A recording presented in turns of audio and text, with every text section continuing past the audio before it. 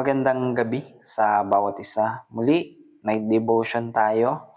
At ngayon ay dito na tayo sa verse 11 ng Mangangaral, chapter 7.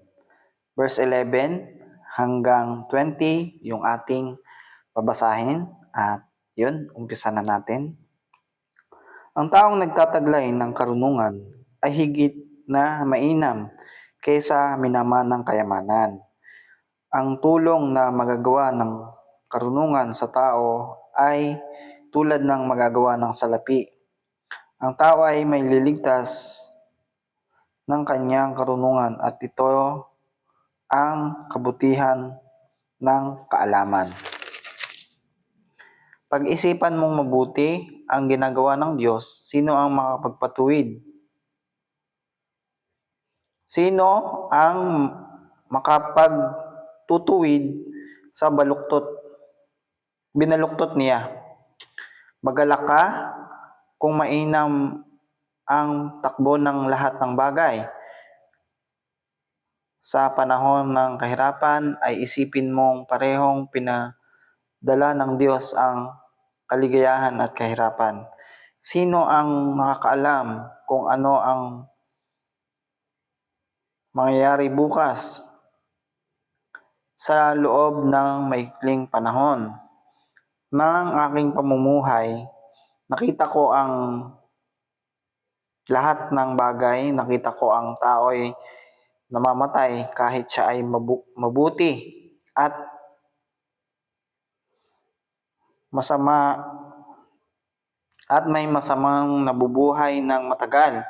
Huwag kayong magpakabuti o magpakatalino ng labis. Bakit mo pahihirapan ang iyong sarili?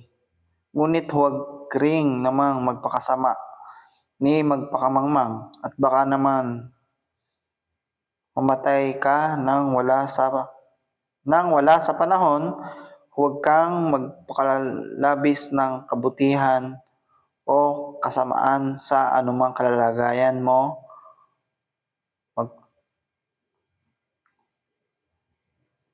Huwag kang magpakalabis ng kabutihan mo o ng kasamaan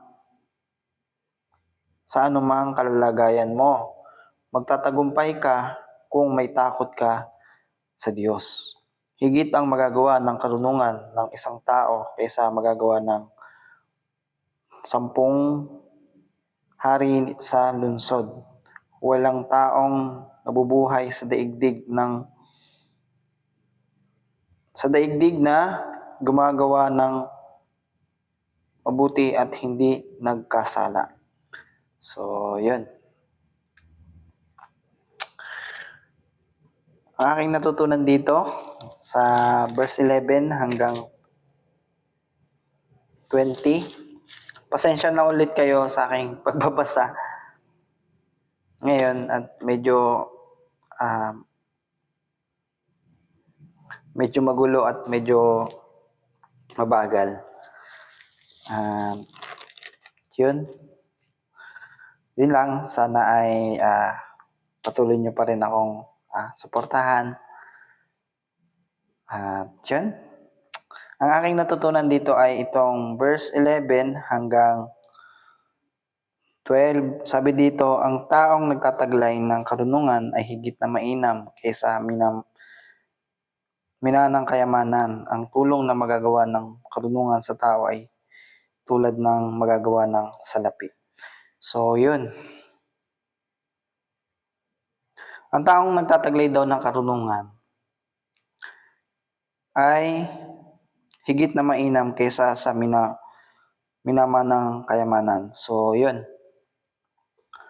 Kung ikaw ay may karunungan, kumbaga, ikaw ay mapapabuti. At mas makakapag-desisyon ka ng tama sa anumang sitwasyon. Sa panahon ng problema, sa panahon ng anumang sitwasyon sa buhay mo. Kung ikaw ay may karunungan, ikaw ay magtatagumpay. At yun. At kung ikaw ay merong mamanahin or merong kang kayamanan, tapos meron kang karunungan, ay mas maganda yun dahil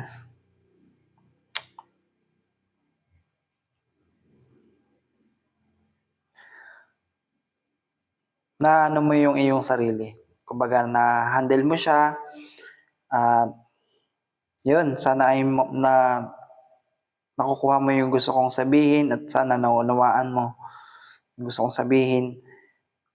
Kung ikaw ay may karunungan at mayroong kakayamanan, ay mas mabuti.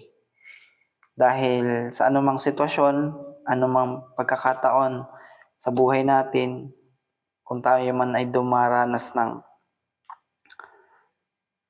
alam mo yon, ang bagay na hindi mo maintindihan, yung sitwasyon na hindi mo maintindihan, ay kung ikaw ay kung ikaw ay may karunungan, ikaw ay magtatagumpay. At ito namang verse 12, sabi dito, ang tulong na magagawa ng karunungan sa tao ay tulad ng magagawa ng salapi. Ang tao ay may liligtas ng kanyang karunungan at ito ang kabutihan ng kaalaman. So, yun. Ang karunungan daw ay parang ang tulong na magagawa ng karunungan sa tao ay tulad ng magagawa ng salapi. Ang tao ay maliligtas ng kanyang karunungan at ito ang kabutihan ng kaalaman. So, yun. Ang karunungan daw ay parang salapi. Sa aking pagkakaintindi dito, kung ano man yung nagagawa ng salapi, yun din yung nagagawa ng karunungan. Pero, hindi nangangahulugan na mas mahalaga ang salapi kaysa sa karunungan. Mas mahalaga po ang karunungan kaysa sa salapi. Ang karunungan po ay sa aking pagkakaunawa at sa aking pagsasaliksik, ang karunungan po ay yung nakakapag-isip ka ng tama at naaayon po sa kalooban ng Panginoon. Yung pong lagi nyo pong isinasagmit sa Panginoon ang inyo pong desisyon bago po kayo humakbang or isagawa yung pong inyo pong desisyon. Kumbaga, ipinapanalangin nyo po muna yung inyo pong gagawing desisyon bago po kayo magdesisyon. At sana po naunawaan nyo po yung gusto ko pong sabihin patungkol po dito sa verse 11 at verse 12. Yun, ang karunungan po ay nagmumula sa Panginoon at ang tunay na karunungan ay may takot po sa Panginoon. At yun lamang po at marami pong salamat.